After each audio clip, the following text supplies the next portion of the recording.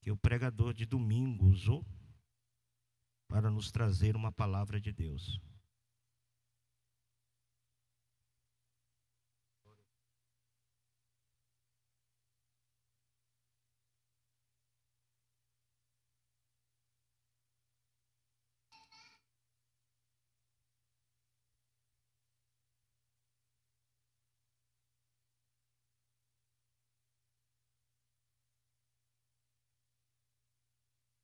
Capítulo 19, verso 1, verso 2, verso de número 3.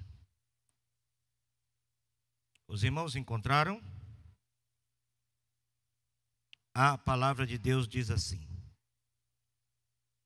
E Acabe fez saber a Jezabel tudo quanto Elias havia feito, e como totalmente matara todos os profetas à espada. Então Jezabel mandou uma mensagem a Elias, a dizer-lhe: Assim me faça os deuses, e outro tanto, se de certo amanhã, a esta hora, a estas horas, não puser a tua vida como a de um deles. O que vendo ele, se levantou, e para escapar com a sua vida, se foi e veio a Beceba, que é de Judá, e deixou ali o seu moço. E ele se foi ao deserto, caminho de um dia, e veio e assentou-se debaixo de um zimbro, e pediu em seu ânimo a morte, e disse: Já basta, ó Senhor, toma agora a minha vida, pois não sou melhor do que os meus pais. Amém? Quem não conhece a história do profeta Elias? Um dos homens mais notáveis do Antigo Testamento, que realizou o maior desafio registrado na Bíblia Sagrada. É conhecido, como eu já disse várias vezes, por muitos eruditos, estudiosos da Bíblia, como o leão dos profetas. Tão significativo a vida de Elias,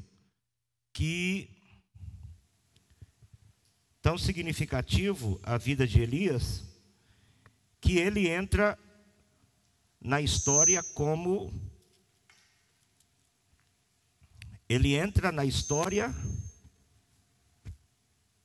representante dos demais profetas. Houve vários profetas extraordinários, cuja missão, cujo ministério foram significativos em Israel, mas Elias se destaca mais do que os demais profetas. E quando Jesus, no Monte da Transfiguração, aparece, ele se transfigura na frente dos seus discípulos, os irmãos vão perceber que aparece conversando com Jesus Moisés, que é o representante majoritário da lei, né? E aparece Elias, que se torna o representante majoritário dos profetas. Então, o maior dos profetas. Foi tão significativo o ministério de Elias, que quando houve a profecia do precursor de Jesus Cristo, aquele que iria preparar o caminho para o ministério de Jesus, aquele que viria e prepararia o coração do povo para receber Jesus, ele é denotado em Zacarias capítulo 4 como uma nova vinda do profeta Elias. Até quem pega o capítulo 4 de Zacarias, versículo acho que de número 5 ou de número 4, que fala que eis que vos envio o profeta Elias. E aí alguém pensa e até usa esse termo para poder dar ênfase e suporte para a reencarnação. Mas o capítulo 1 de Lucas esclarece o que o profeta Malaquias profetizou, quando fala do nascimento de João Batista, e o próprio anjo diz que aquele que estava vindo viria na virtude e no espírito de Elias. Então, João Batista foi aquele que o ministério assimilou-se com o ministério de Elias, né? Elias fundamenta e se torna o representante dos profetas. João Batista fecha, né, o ministério profético, abrindo o caminho para a chegada de Jesus. Então Elias foi um grande homem, que até hoje se estuda a respeito, se admira a sua fé, se admira o seu ministério. No entanto, o texto que nós lemos fala de um momento de crise vivido por Elias. Como é que um homem que faz um desafio tão notável como fez Elias, desafiar os profetas de Baal, desafiar os profetas de Azerá, aquele desafio de uma fé tão extraordinária que ele pede que sejam feitos os altares e coloque o novilho, mas que ninguém podia colocar fogo naqueles altares, porque o Deus verdadeiro responderia por fogo, e do jeito que ele fez o desafio aconteceu. Ninguém colocou fogo, o altar dos profetas de Baal e de Azerá, não houve manifestação, não houve fogo naquele altar. No entanto, Elias faz uma oração que não dura 5 minutos, e a oração de Elias é tão poderosa que diz a Bíblia que desce fogo do céu e consome o holocausto de Elias. Alguém com uma fé dessa proporção, de um ministério tão significativo como o ministério de Elias, como pode um homem assim entrar em crise?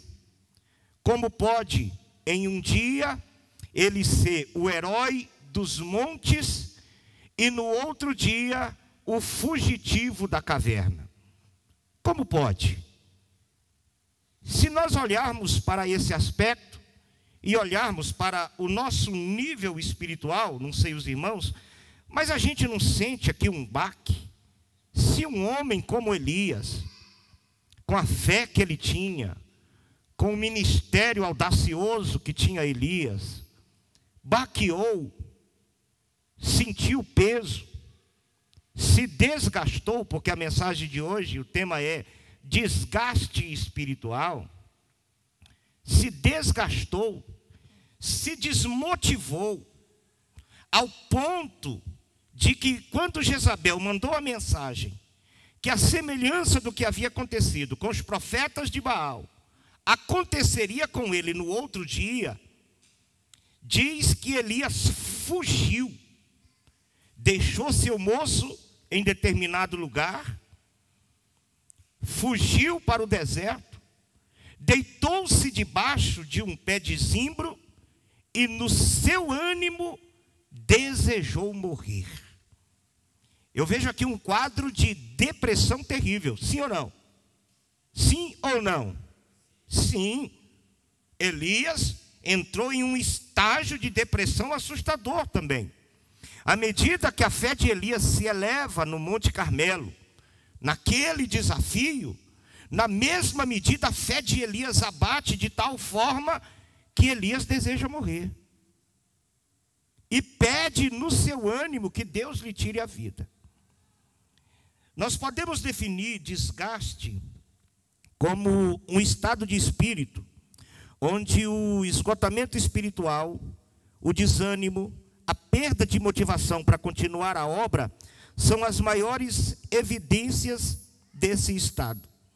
Muitos obreiros e muitos crentes nos dias de hoje têm se mostrado em profundo esgotamento espiritual, causado por uma demanda, de uma excessiva demanda de conflitos em todas as áreas e esforços relacionados tanto à questão da provisão familiar, como à questão da obra de Deus, e muito mais nessa questão da obra de Deus. Eu tenho visto muitos crentes desmotivados, desanimados, esmorecidos, paralisados, por causa de uma demanda excessiva de conflitos, de perseguições e etc. Conheço muitos pastores, obreiros, irmãos, irmãs, porque quando eu falo em questão da obra de Deus, eu não estou trazendo exclusivamente, irmãos, a questão ministerial. Os irmãos que dirigem departamentos, que estão à frente dos departamentos. Quantos que agora está chegando o final do ano, não já programou aquela célebre frase de chegar e dizer: olha, pastor, eu já estou muito tempo aí nesse cargo, o senhor providencia outra pessoa no meu lugar. E aí você pergunta: mas por quê? Eu estou cansado. E você consegue sentir esse desgaste na vida desse servo de Deus. Você consegue sentir isso, a flor da pele, na vida desses servos do Senhor. E isso vai em todos os aspectos, como eu disse, a partir da questão da família até a obra de Deus. E o resultado desse desgaste foram diminuindo o foco e o desejo de continuar aquilo que vem fazendo.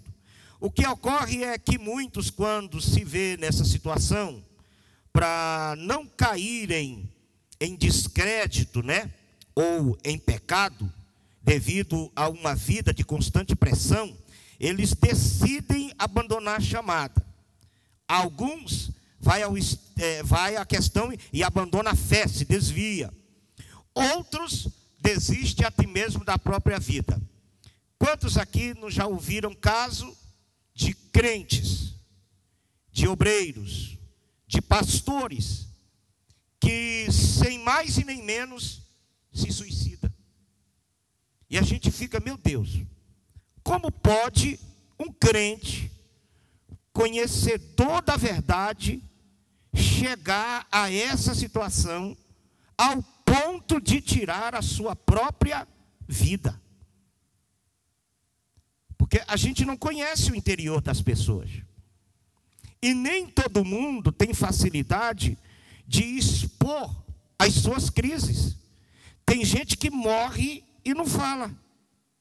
Outros já joga para fora e fala, nem que isso traga um prejuízo grave para ele depois, mas fala e tal. Mas tem pessoa que não. E essas pessoas que enclausulam em si esses sentimentos são as pessoas que têm mais probabilidade de morrer de forma precoce. Um infarto, um derrame, ou até mesmo tirar a própria vida. Quem está me entendendo diz amém.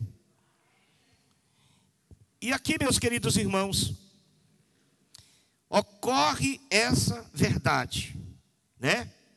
Nessa situação, para não cair em descrédito, eles abandonam a fé, abandonam a chamada e abandonam até a própria vida, e nós temos visto acontecer. Eu narrei, eu não me lembro, mas foi aqui na igreja o fato, acho que em um dos nossos cultos, de um pastor que, bem-sucedido, presidente de um campo, todo mundo olhava para ele, um homem muito usado por Deus.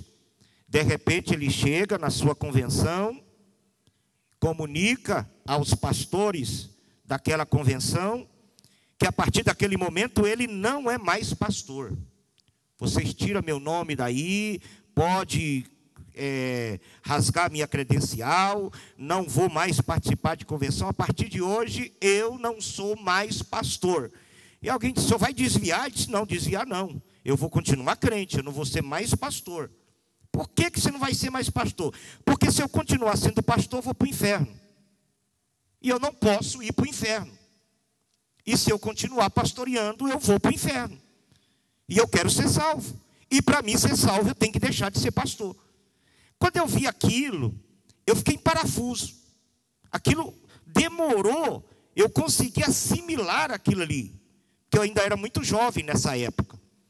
Como é que pode, gente? É sem lógica, eu não consigo entender isso. Mas depois de 30 anos fazendo a obra de Deus, 30 anos pregando o evangelho, 30 anos vai fazer que eu pastoreio igreja, eu sei exatamente o que aquele homem estava sentindo. Por causa das demandas, por causa de pressões, que você às vezes não consegue ver com seus olhos, e que às vezes são pesadas demais para quem está à frente da obra de Deus. Como era difícil eu no princípio ler que 2 dias antes Elias está no monte fazendo uma oração poderosa e fogo está caindo do céu. 2 dias depois ele está deitado debaixo de um pé de zimbro, em uma depressão terrível, pedindo a morte. Como entender esse choque de mudança de comportamento? Como compreender essas coisas? Então, queridos, ocorreu isso com o profeta Elias. Como eu disse, um homem notável, considerado o leão dos profetas, se viu completamente esgotado, desmotivado da sua chamada. Mas quais são as causas que provocam esgotamento espiritual? Como prevenir esse estado de espírito que tem consumido muitos homens e muitas mulheres de Deus? Se eu pegasse o microfone, descesse aí e fossem determinados irmãos que estão à frente de algum departamento, e eu pedisse a você que citasse para mim um exemplo de algo que provoca esse desânimo, esse desgaste. No caso de Elias, ele estava sentindo uma grande decepção. O que Elias estava sentindo? Quem aqui já sentiu decepção? Quem? Deixa eu ver, com as mãos assim. Que jeito, pastor? Na igreja, na sua casa, com a sua esposa, com seu esposo, com seus filhos, com amigos, no seu trabalho. Quantos de vocês já foram decepcionados? Decepcionados ao ponto de querer desistir de tudo. Agora veja, Elias realiza o maior desafio, estou repetindo aqui as palavras, porque é necessário, o maior desafio que se tem na história da Bíblia, desafio espiritual. E por que agora ele está querendo morrer? Ele deixou de confiar em Deus? Não tem nada a ver com Deus, tem a ver com as pessoas. Porque Elias pediu que todo Israel comparecesse ao Monte Carmelo. E todo o povo foram ao Monte Carmelo e presenciou aquele fato notório, aquele desafio extraordinário. Todo Israel. Aí eu pergunto para os irmãos, houve uma conversão genuína em Israel naquele dia, sim ou não? Claro que não houve. Quando Jezabel falou que ia matar Elias, apareceu alguém para defender Elias, sim ou não?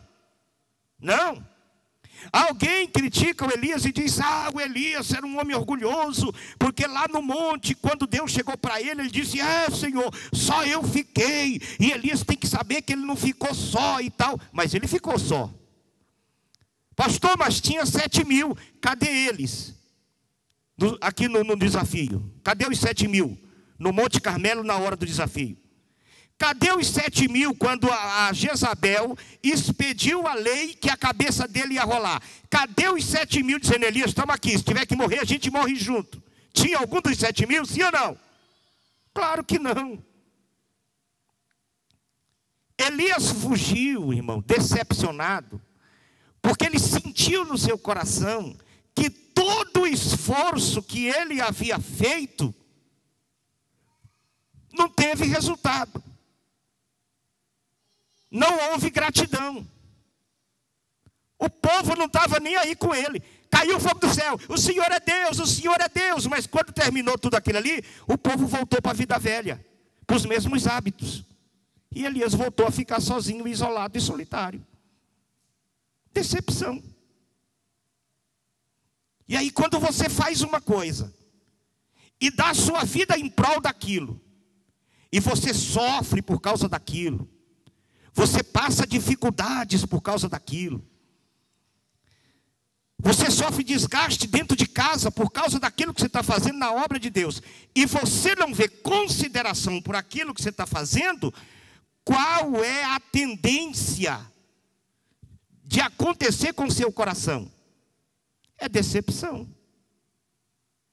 É achar que não vale a pena você sofrer por aquilo que você está fazendo, porque as pessoas que estão em tua volta e que são beneficiados não estão importando com o teu esforço. E nem todo mundo é forte o suficiente para suportar isso. Porque a gente sabe, todo mundo prega, estou fazendo para o Senhor, estou fazendo para o Senhor. Mas no primeiro impacto e na primeira crise, você percebe que você não está fazendo só para o Senhor. Você está fazendo para os outros. É por isso que às vezes tem pessoa que se desgosta com alguma coisa, some do conjunto. Ué, mas você não está cantando, não é para o Senhor? É, então por que você desgostou com fulano e saiu do conjunto? Sim ou não? Sim ou não, irmãos? Hã? Aí você percebe, ou a própria pessoa percebe que não está fazendo para o Senhor. Porque se a pessoa tivesse a mentalidade de que tudo que você está fazendo é para o Senhor, então você suporta qualquer baque sem sair da sua posição. Hã? Então vamos aqui. A primeira coisa que provoca desânimo, pressão interna. Diga pressão interna. Perdão, pressão externa. Isso, pressão externa. É a pressão que vem de fora. É a primeira coisa que promove desânimo. Só que eu marquei muitas coisas aqui. A primeira coisa que nos desgasta são as pressões externas. Em 1 João, capítulo 4, verso 3, João diz que o anticristo já está atuando no mundo. Ou seja, o espírito dele. Não a pessoa do anticristo, que Apocalipse revela que se levantará no final. Mas o espírito que vai tomar o anticristo no final é um espírito que já vem atuando contra a igreja desde quando ela foi criada, foi fundada. Quando Jesus estabeleceu os pilares da igreja, o espírito do anticristo entrou em ação. Para quê? Para desmotivar e parar a igreja. Eu estava analisando, e eu até escrevi isso aqui para ministrar para o obreiro, mas eu adaptei ele aqui para trazer para a igreja, porque é um assunto importante para nós. Os irmãos, só quem está me entendendo, diz amém aí. Tá entendendo direitinho? Então tá bom. E Satanás, ele tem usado muitas pessoas para, em primeiro lugar, ridicularizar a igreja. Ridicularizar a imagem da igreja. Ele não tem medido esforços para ridicularizar a imagem do pastor. O que o diabo quer é que a pessoa, o título, o nome, pastor, não tenha importância nenhuma aí fora. Para isso, ele vai usar todos os meios para que alguém que tenha título de pastor se sinta envergonhado no meio da sociedade. E quanto mais falar de crente. Há um trabalho em conjunto das milícias satânicas para provocar isso. E a gente que está na frente da obra sente na pele isso que eu estou falando aqui para os meus irmãos. Quando eu estava analisando, agora eu nem sei, mas houve um tempo que saía muito série, aonde tinha personagens, crentes e pastor, e até você pode ver que toda vez que surge uma novela e que tenha um pastor na novela, ou ele é ladrão, ou ele é adúltero. Eles nunca colocam lá um pastor honesto. Na novela, se o cara é pastor, ele tem rolo com um monte de mulher. Se o cara é pastor, ele rouba da igreja. É um pilantra, é um salafrário. Se coloca um personagem crente, uma mulher, vamos dizer assim, e coloca lá que lá tem uma mulher crente, ela tem vida dupla. Na igreja, aquele cabelão, aquele vestidão. Lá fora, aquela mulher mal vestida, nos boates, vivendo uma vida dissoluta e de prostituta. Porque essa é a imagem que o mundo tenta pregar com relação à igreja. Com relação a pastor. com relação àqueles que fazem a obra de Deus. E o tanto que eles investem nos escândalos que tem relacionado à pessoa de pastor. Porque tem os escândalos. Quando aparece aí um pastor pedófilo, quando aparece aí um pastor corrupto, que está envolvido com corrupção política, irmãos, os meios de comunicação, os jornais, bombardeiam como se fosse o fim do mundo, para que a imagem do pastor, da igreja, seja desfeita. E a gente, irmão, vai ficando com vergonha. Porque as pessoas conhecem a gente. Nós convidamos uma pessoa para olhar a geladeira que deu um problema. E eu passei no lugar aí e convidei, cheguei lá, não sabia quem era. Olha, eu preciso lá assim, tá, beleza, eu vou mandar o técnico lá, papapá. Aí o técnico chegou. Quando ele chegou, que eu estava aqui, que eu fui lá em casa para conversar com o técnico, quando ele olhou, disse, é o pastor.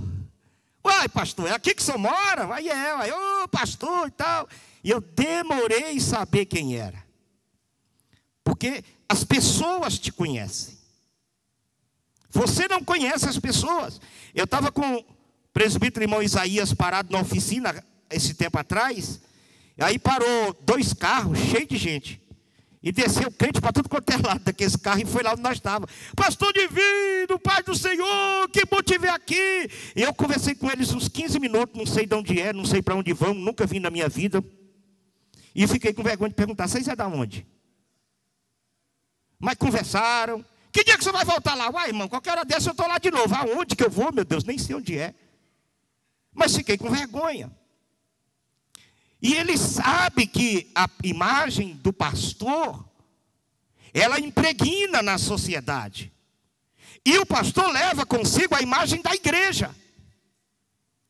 E quando esse pastor fracassa, quando esse pastor cai, quando acontece algo que é razão de notícia nacional, ele não leva só o nome dele, ele leva o nome dele, ele leva a família dele, ele leva a igreja inteira, ele leva o nome de Jesus, porque aonde esse pastor passar, é daquela igreja lá. Essa igreja é daquele pastor adúltero, essa igreja é daquele pastor ladrão.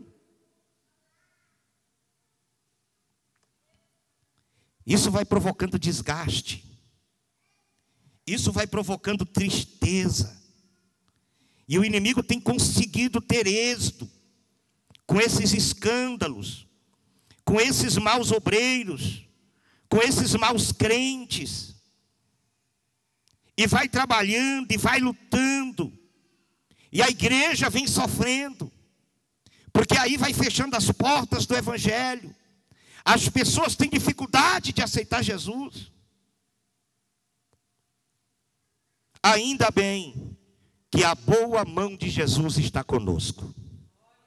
Eu louvo a Deus, porque eu tenho recebido elogios dessa igreja. Irmão Zé estava numa reunião aí não sei aonde, com um monte de gente, e lá entraram num assunto e começaram a falar mal de pastor. E começaram a chegar ripa em pastor. E o irmão Zé lá, na reunião. De repente levantou-se uma pessoa e disse, eu sei que tem muitos errados por aí, mas lá na minha rua tem um pastor, homem de Deus, sincero, trabalhador. E foi falando para ele não sabia quem que era o homem. Aí um dia a gente, parado aqui conversando, ele viu o homem passar e entrar numa casa aqui pertinho. Olha lá, pastor, é aquele homem ali, uai. É o meu vizinho. Que lá no meio dessa reunião, se levantou para defender um homem de Deus, aonde alguém queria ridicularizar. E quando defende o nome do pastor, defende também o nome de Jesus, defende também o nome da igreja. Então, essa é uma das causas, esse tipo de pressão externa. E nós não podemos falar nada, porque eles têm a obrigação de cobrar da igreja, não tem? Afinal de contas, nós não pregamos vida transformada. Afinal de contas, nós não pregamos a verdade, não pregamos que a gente tirou da nossa vida a mentira e vivemos em honestidade. O mundo inteiro está olhando para nós. E nós somos obrigados a dar testemunho daquilo que nós pregamos.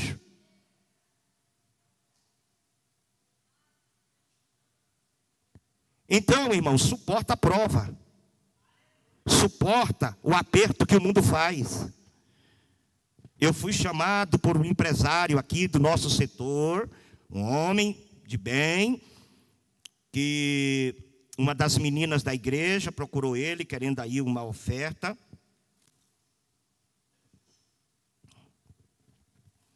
E o que ele me falou me deixou constrangido e feliz, mas me deixou mais constrangido do que feliz, porque falou na minha frente.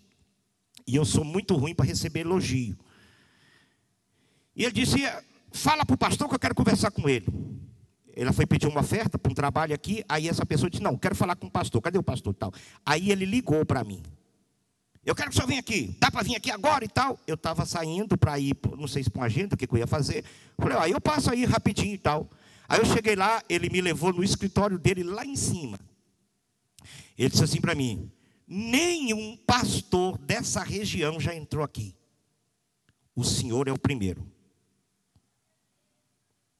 Porque o senhor tem coragem de trazer aqui. Porque eu tenho observado, isso são palavras dele, que desde que o Senhor chegou, e a glória de Jesus, diga glória a Deus, diga. Isso, vamos passar esse negócio aqui para Jesus, senão você vai pensar que eu estou querendo para mim, eu não quero. Vamos passar isso aqui é para Jesus. Desde que o Senhor chegou nesse setor, eu tenho visto a bênção de Deus se estendendo aqui em todos os ângulos, inclusive aqui na nossa empresa. E aí, eu estava com uma coisa aqui que eu comprei, assim, papapá, e isso era para fazer determinada coisa, mas quando aquela menina chegou aqui, eu senti Deus falar profundo em meu coração. Pastor Divino está precisando dessa bênção. Chama ele e entrega a bênção para ele, ele precisa dessa bênção. Foi para isso que eu te impulsionei a comprar essa bênção naquele dia. E a bênção está aqui, nós estamos usando a bênção. Diga amém, diga glória a Deus. Porque embora o mundo tente ridicularizar a igreja, tenta destruir a imagem do pastor, tentar provar aí fora, irmão, que nós não vivemos o que prega, Jesus tem nos dado força através do seu Espírito para nós mantermos firme a nossa convicção de fé e uma postura moral elevada diante da sociedade. Não se desanima, continua firme, continua forte. E eu acho que eu vou pregar essa mensagem aqui por umas 2 quarta-feiras ou 3. Pedro nos adverte, na sua primeira carta, capítulo 5, dá para colocar aí para mim, por favor, aí? 1 Pedro, capítulo 5, verso 8 e verso 9, a igreja vai ler esse versículo em nome de Jesus.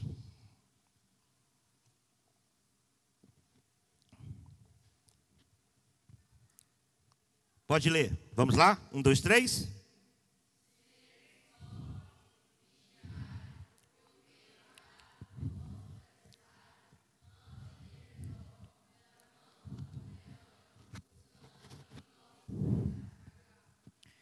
Vamos lá, versículo 9.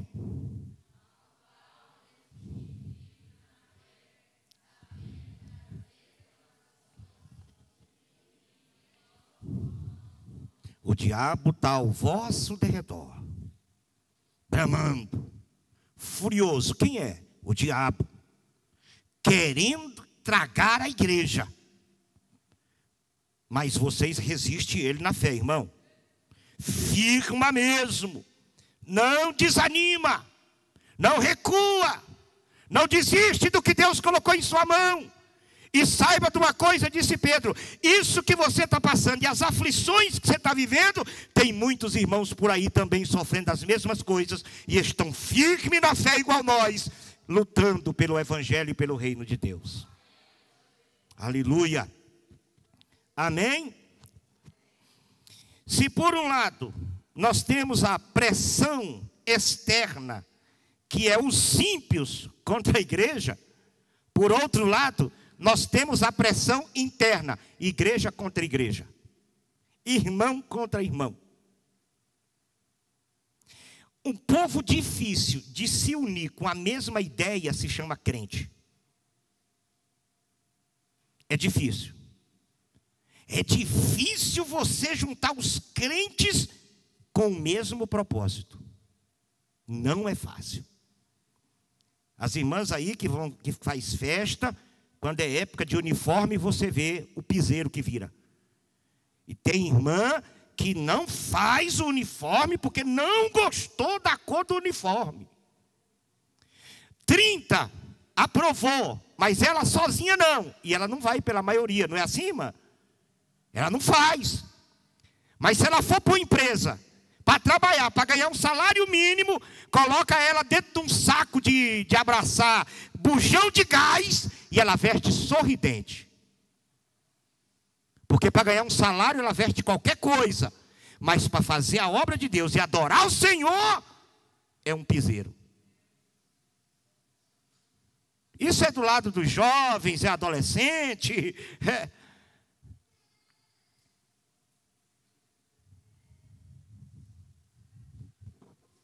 Tanto é que democracia não serve na igreja. O que é a democracia? É quando o povo governa. É quando o povo opina. Aqui não funciona aqui, tem que ser teocracia. É Deus governando sobre a igreja. Deus dá ordem e a igreja cumpre. Tem que ser teocracia. Não pode ser democracia. Nas questões religiosas não vai funcionar. Porque dá problema. Amém? Mas a pressão interna, que nesse caso, muitos crentes sem vigilância, sem temor de Deus, têm se valido da falha de muitos irmãos da igreja, até de obreiros, para criticar e disseminar difamação. Sabe por que os ímpios sabem dos erros que acontecem aqui? Porque alguém daqui leva para o ímpio lá fora. Pessoas da língua que coça. E muitas das vezes não leva do jeito que aconteceu. Estica o negócio. Vai além. Quantos crentes que você não já viu sair da igreja por causa de falatório dentro da própria igreja? Não era para acontecer isso entre nós, era, irmão? Sim ou não? Hã? Sim ou não? E por que acontece? Porque é que um ajuntamento de crente, não são todos, mas uma boa parte, desses ajuntamentos de crente, surgem assuntos que estão relacionados à vida particular de outras pessoas.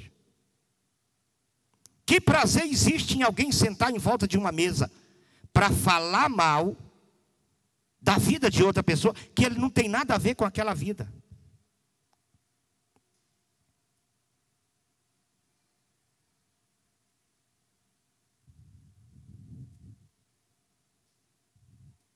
E isso é quando, se não fala mal do pastor, se não fala mal dos obreiros. Um dia, eu dei um pega com um músico, eu era presbítero na época, e eu dei um pega com ele na porta da igreja. Eu estava com ele por aqui, com esse músico. Inclusive hoje ele está desviado. Ele não está crente. E pessoas com a língua daquele jeito não fica crente. Porque a Bíblia diz assim, ó, quem usa de engano não permanece na congregação dos justos. Não permanece, não aguenta. Ele se torna um corpo estranho, um furungo no corpo, que vai indo, ele tem que explodir e sair fora. Ele é expurgado.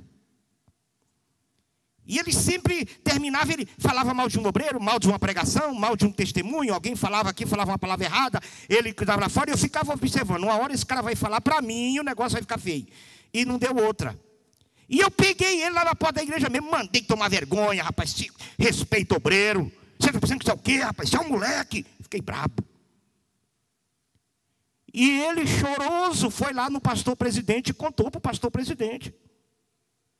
E eu não sabia, mas eu estava sendo indicado na convenção para ser consagrado evangelista.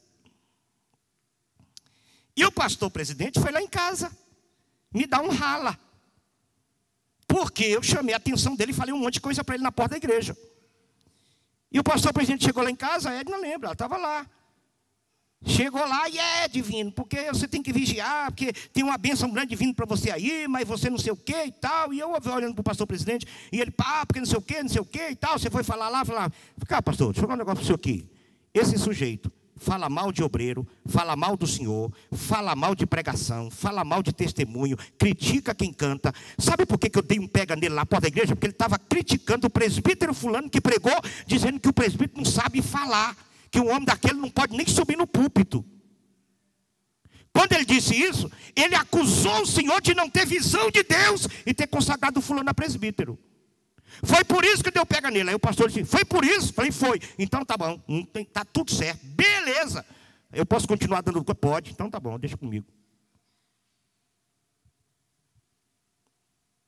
Quando acha um que reprime, que repreende, que bate de frente, é bom. Mas quando acha um outro desgostoso, você já viu na igreja como é que um desgostoso tem facilidade de achar outro desgostoso? Irmão, parece que eles têm um cheiro e ele se cheira. Quando tem um crente desgostoso e chega outro desgostoso, eu fico de olho.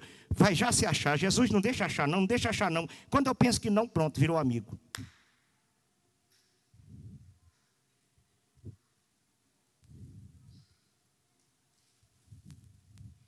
Por que o desgostoso não acha um Divino Neves na vida para virar amigo?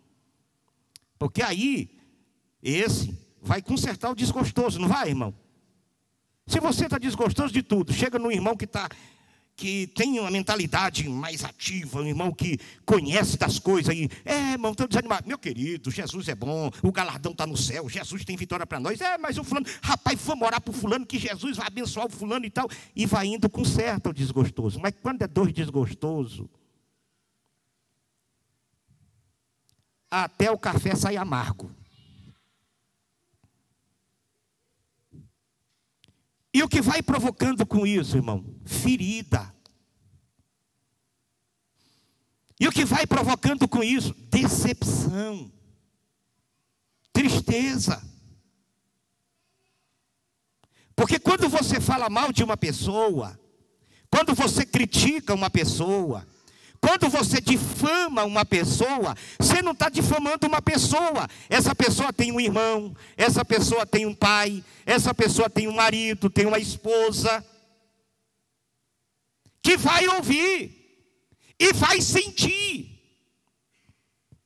Quando você fala mal de um jovem da igreja, seja lá qual for a dificuldade que esse jovem está vivendo, e você começa a levar isso adiante, espalhar esse negócio, esse jovem tem um pai, tem uma mãe, que vai sentir o que alguém está dizendo. Tem um irmão, um amigo, que se dói por ele. Aí essa maldade que você está causando contra essa pessoa vai atingir mais de uma. E você sabe quem é que sofre mais nesse negócio todo? Quem que sabe aí? Deixa eu ver. Quem? Quem é que mais sofre nisso aí? Eu estou ouvindo não, vocês estão fraquinhos demais. Quem? O pastor. Porque é o pastor que tem que ir lá resolver o pepino. E o pastor tem que ser tão sábio que ele tem que resolver a questão sem deixar o irmão ofendido ficar com raiva de quem lhe ofendeu. Ele tem que ter as palavras certas, os argumentos certos, para consertar o problema e aquele povo ainda não ficar com raiva daquele outro e se tornar uma inimizade.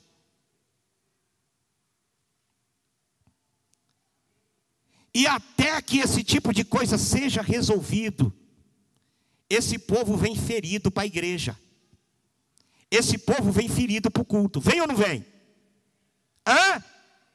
Um se desgosta, vão para lá, senta para os cantos, e fica para lá como se fosse um pintinho sem galinha, né? Espalhado na chuva. Outros até sentam no conjunto, mas com a cara fechada. o Espírito de Deus se entristece, porque os corações estão travados, o culto fica pesado, Deus não opera e o prejuízo se torna espiritual.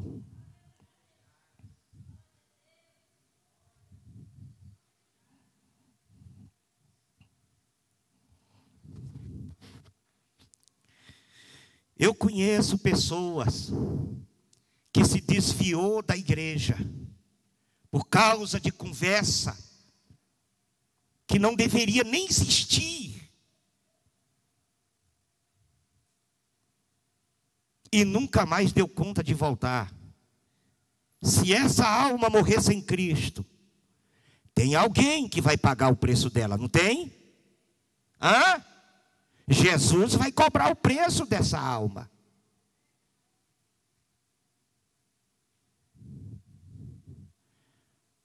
Existe guerra, está tendo uma guerra lá agora, uma guerra regional, mas está tendo uma guerra de Israel com o Hamas e bombardeando a faixa de Gaza, já está lá nas fronteiras do Líbano, do Egito e aquele negócio todo, e pá, tá, beleza. Só que existe ali, irmão, duas coisas importantes que você deve observar. Existe um pilotão que antigamente, hoje não, mas um pilotão que antigamente era chamado de Esquadrão da Morte, que são os que fazem a varredura e agem por terra. Ele sai armado, caçando.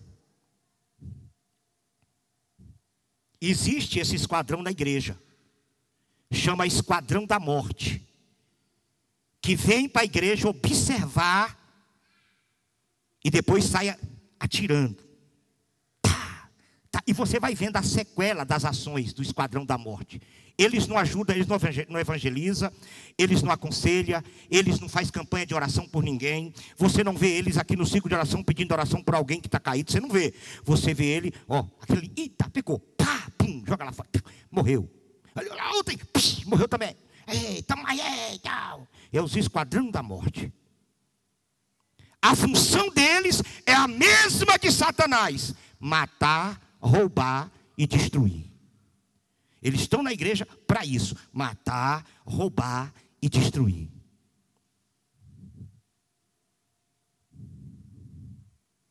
Mas existe também um outro pelotão chamado de Cruz Vermelha Internacional, que depois que passa o pelotão do Esquadrão da Morte, vem a Cruz Vermelha, pegando aqueles que estão caídos, mas que ainda está vivo.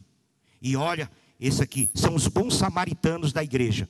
Eles são chamados para curar, para levantar, para ajudar, para estender a mão. E estão dispostos a fazer isso sem cobrar nada, só pelo simples fato do amor de Deus estar derramado em seu coração. Quem aqui faz parte da Cruz Vermelha de Cristo? Quem faz parte? Aqueles que ajudam, que aconselham. Tem alguém caído debaixo de um pé de zimbro, desmotivado e triste, por sua causa, porque você não vigia e quer tratar de assuntos que não tem, que não é do seu interesse, não é da sua alçada.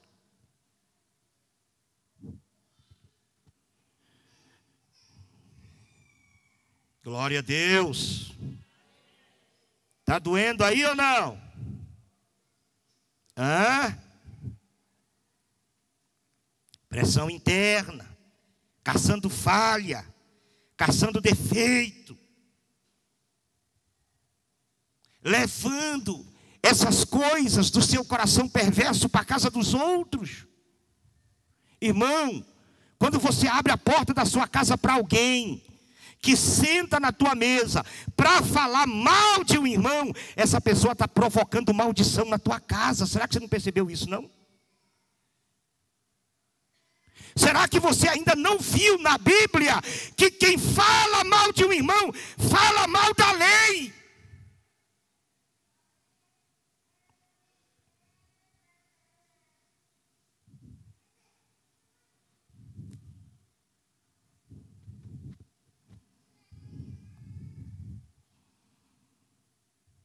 Coisas que deveriam ser tratadas dentro da igreja, pelos santos, é exposto, é levado para fora.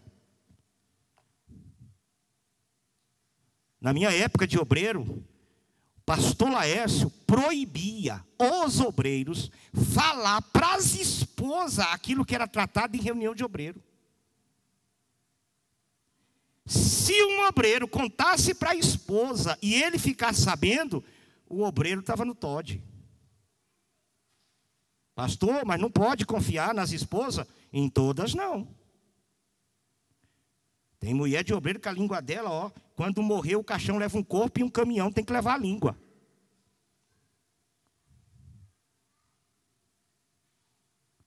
Tudo que o obreiro prega, ela desprega com a língua.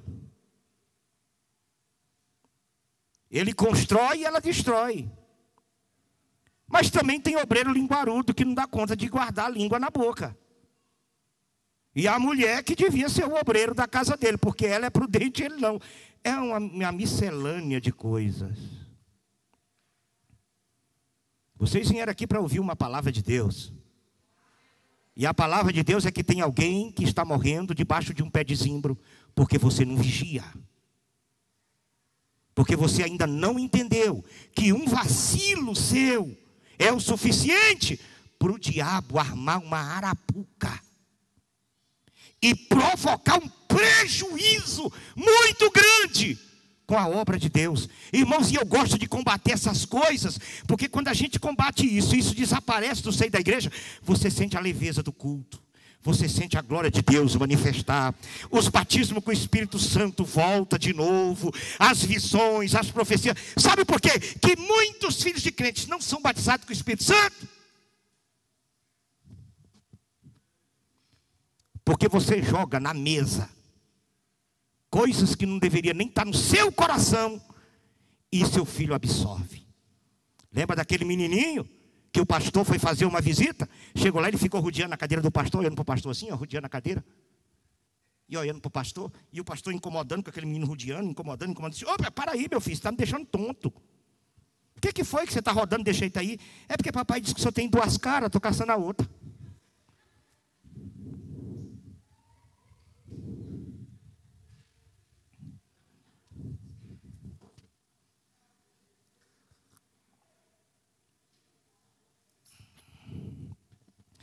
Olha, irmão, menino aumenta, mas não inventa. Sim ou não? Uma das coisas que eu mais tive e tenho até hoje cautela é de conversas na minha mesa com os meus filhos, com a minha nora. Tá aí essa menina aí, ó. Ela não vem soltar palavra muito fácil. Às vezes eles comentam uma coisa que está desgostoso disso, aquilo, eu fico só ouvindo.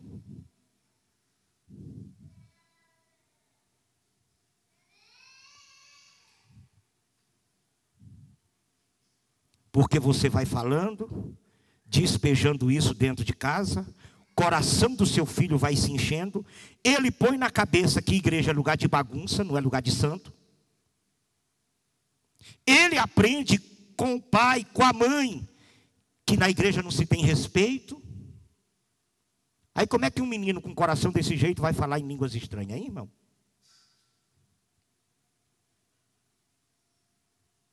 Glória a Deus. O Espírito de Deus hoje trouxe aqui para nós uma botija de água e um pedaço de pão, né, Átila? O pedaço de pão que você pregou domingo e a botija de água ficou aqui em cima do púlpito. E eu vou terminar de entregar para o povo. Água e pão para você vencer o desânimo, vencer o desgaste, vencer as falatórios, vencer as críticas, vencer a difamação, continuar de pé, acreditar que Jesus está no controle. Charamanda calabachúria manahaya. Sair daqui mais crente, mais firme. Não é tempo de parar, não é hora de morrer. Você ainda tem muito o que fazer para o Senhor. E como o Senhor tratou Elias, deu pão, deu água e disse: a tua caminhada ainda é longa, Elias. Porque tem a pressão externa, tem a pressão interna, tem. Mas o teu Deus cuida de ti. Teu Deus cuida de ti.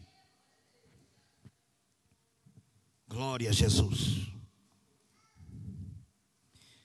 A igreja, as pessoas.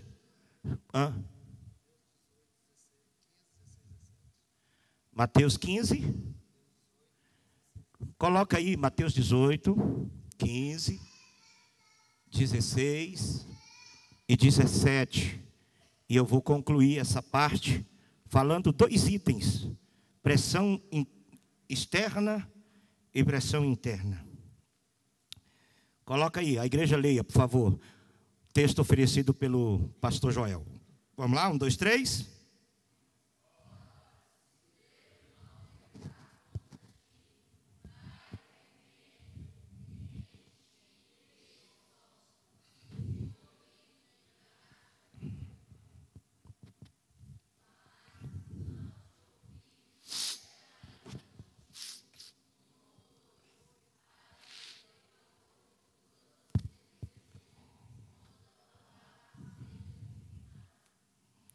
Amém? Se alguém fizer alguma coisa de agravo contra você, ai pastor, contei para o meu amicíssimo, contei para a minha amicíssima. Só que você esquece que o seu amicíssimo tem um outro amicíssimo que não é você. A sua amicíssima também tem outra amicíssima que não é você. E essa outra amicíssima tem outra amicíssima que não é tua amicíssima. E essas amicíssimas vai virando um balaio de gato, que daqui a pouco até os cachorros e os papagaios sabem da coisa. Se o teu irmão pecar contra ti, chama ele, conversa com ele. Se ele te ouvir, ganhaste teu irmão. E uma das coisas que eu achei mais difícil na Bíblia é que a Bíblia não manda quem pecou ir atrás, manda quem foi ofendido. Se o teu irmão pecar contra ti, vai nele, mas não foi ele que errou, ele que tem que vir. Não, a Bíblia está mandando você ir. Por que a Bíblia não manda ele vir? Porque se ele errou é porque já está doente, então ele não vai conseguir vir. E você está bom, então vai lá. As pessoas precisam entender algumas verdades com relação à igreja. Primeiro,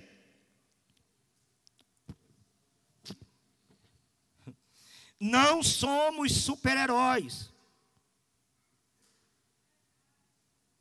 Principalmente obreiro, não é super-herói. Pastor, não é super-herói. Não somos super-heróis. A gente também chora, irmão. Viu? A gente também se entristece. Pastor ainda é mais difícil ainda, porque você chora no ombro do pastor. Mas e o pastor chora no ombro de quem?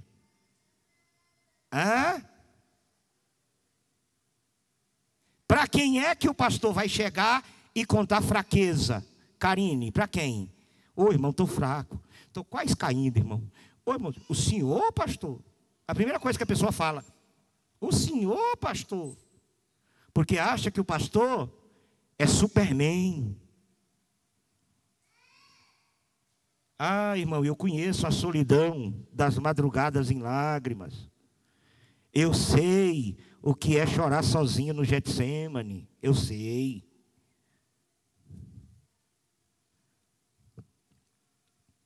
A gente também se entristece. A igreja tem que saber que por mais crente que você seja, nem todo mundo dá conta de andar por cima das águas que nem Jesus, gente.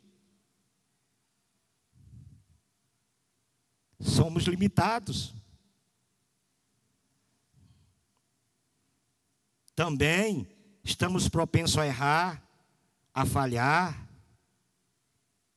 E vai. Pode ter certeza que você vai errar e vai falhar. Mas isso não é razão da gente crucificar o irmão Isso não é motivo para a gente difamar o irmão. Se alguém errar, faz que nem o sirineu, oferece o teu ombro, ajuda ele a carregar a cruz. Faz esse irmão chegar até o final da sua caminhada, em nome de Jesus. Vamos parar de criticar, vamos parar de ofender, vamos parar de falar coisas que ferem os outros. Chega disso, gente. Chega. Vamos nos encher do Espírito Santo. Vamos nos revestir de Cristo, de piedade, de mansidão, como foi lido aqui, Paulo dizendo a Timóteo, de piedade, de mansidão. Vamos ajudar, vamos cooperar, ajudar a crescer. Glória a Deus.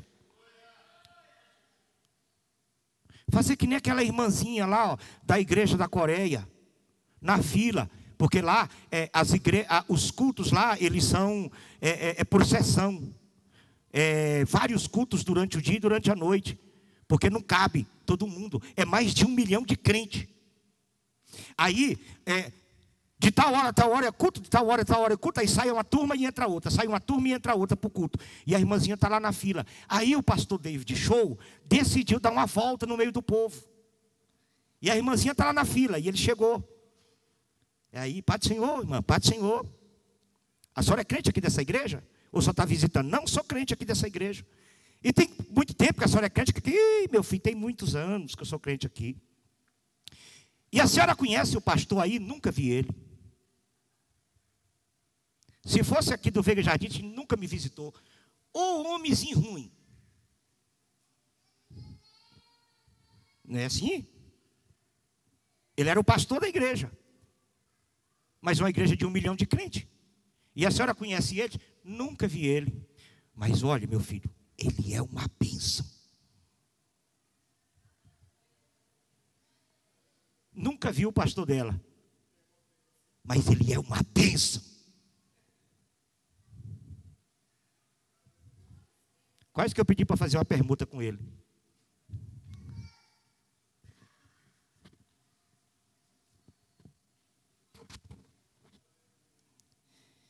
Sem conhecer essa verdade, querem exigir dos crentes, dos obreiros, né, um grau de perfeição, irmão, que só Jesus tem. Ninguém aqui está pronto. Deixa eu dizer uma coisa para você. Ninguém aqui está pronto. Você é uma obra inacabada. Eu quero que você faça agora coisa de pregador famoso. Vamos lá. Olha para o irmão e diz: você não está pronto. Ih, ficou fraquinho demais. Eu não sou famoso não, mas quero que você diga. Vira para o seu irmão e diga para ele: você não está pronto. Diga: você é obra inacabada. E como é que faz para essa obra ficar completa? Diga assim: você precisa de mim para ser completo. Diga para ele. Isso, irmão, nós somos membros de um corpo, precisamos um dos outros para andar em perfeição. Glória a Jesus. Aleluia.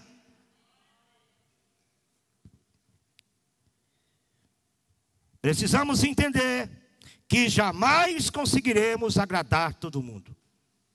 Dá para agradar todo mundo, sim ou não? Hã? Se eu disser que tenho 100% do coração da igreja do Veiga, eu vou mentir, porque eu não tenho, eu sei que não tenho. Tem irmão que está aqui porque gosta da igreja, gosta do ambiente, gosta do climatizador, gosta até da pregação, mas não gosta de mim. E eu consigo viver com isso. Vocês sabiam? Vou embora, em nome de Jesus. Você não dá conta de agradar todo mundo, então não queira agradar todo mundo. Primeiro, se esforce para agradar a Deus. Esse tem que ser o seu propósito maior. Se esforce para agradar a Deus. Porque o conceito popular, eu escrevi isso aqui tem muitos anos, ó. Vamos lá. Eu vou trazer isso para o lado do pastor. Pastor, vamos lá. Se o pastor é um homem ativo, o povo considera ele ambicioso. Se é calmo, o povo considera ele preguiçoso. E pastor é bicho sem sorte, irmão. Eu fico besta de ver o tanto que pastor é bicho sem sorte. Nós estamos trabalhando aqui na porta da igreja, quando estava fazendo essas reformas aqui mais pesadas. Irmão, e eu tinha acabado de fazer umas bitoneiradas de concreto. E aí, cansado, com a dor nas costas, eu pego e sento bem ali, de frente àquele pezinho de coisa ali. Eu deixei aqui o trem aqui, os irmãos carregou, e eu fui para ali assim. Aí sentei lá.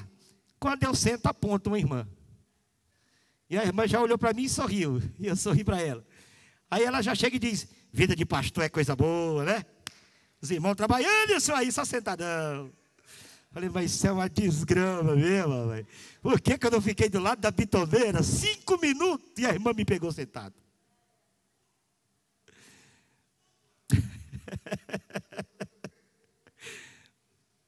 Aconteceu aqui na porta da igreja. Ai, ai. Se ele exige muito, o povo considera ele intolerante. Se ele não exige, considera ele displicente. Se ele anda muito com a juventude, diz que é um homem maturo. Se ele anda mais com os adultos, chama ele de antiquado. Se é um cara atualizado, as pessoas dizem que ele é mundano. Se ele é desatualizado, as pessoas dizem que ele é um sujeito atrasado. Se ele gasta muito tempo pregando, diz que é um homem cansativo. A mensagem dele é uma espada, comprida e chata. Se gasta pouco tempo pregando, as pessoas dizem que ele é um cara sem mensagem. Se veste bem, é vaidoso. Se não se veste bem, é relaxado. Se sorri muito, é irreverente. Se não sorri, é mal-humorado. Então vamos fazer que nem Paulo. Escrevendo à igreja de Filipenses, capítulo 3, do verso 14 ao verso 15, Paulo diz assim: irmãos, quanto a mim, não julgo que haja cansado, mas uma coisa faço, é que me esquecendo das coisas que atrás ficam, avanço para a questão diante de mim, prossigo para o alvo, para o prêmio da soberana vocação que há em Cristo Jesus. Você não vai dar conta de agradar todo mundo. Do jeito que você fizer, alguém ainda vai reclamar. É que nem aquela historiazinha do velho que chamou o neto para ir vender uma égua lá na feira. Aí os dois montam em cima da égua e lá vai. Passa um grupo de gente e diz: oh, 2 marmanjos sem consciência. Aí, tamanho desses marmanjos aí estupriando a coitada da égua. Aí o velho pegou e disse: vamos descer, meu filho, embora. Aí os dois desceu. Passa outro grupo de gente: ô, 2 marmanjos bestos, uma égua sadia desce e vão andando. Aí, trem besta. Quer saber, meu filho? Então vai você em cima da égua. E ele pegou aqui na rédea da égua e lá vai puxando a égua. Passa outro grupo e diz: ô, moleque sem vergonha, coitado do velho aí, ó. O moleque sobe na égua e deixa o velho arrastando, ó. Aí ele jogou o moleque no chão e subiu na égua. Passa outro grupo e diz: olha que velho safado, rapaz, bota o coitado do menino para puxar a égua e ele vai em riba.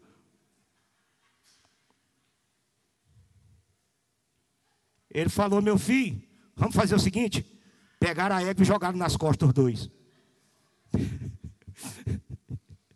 Ô, seus cavalos, égua é para montar em riba, não é para sair carregando nas costas não, seus bestas. Rapaz, deixa falar o que quiser. Montou os dois na égua e foi embora, pronto. É isso aí. E esquecendo as coisas que atrás fica. Está falando mal, deixa para trás. Está criticando, deixa para trás. Não entende a tua chamada, deixa para trás.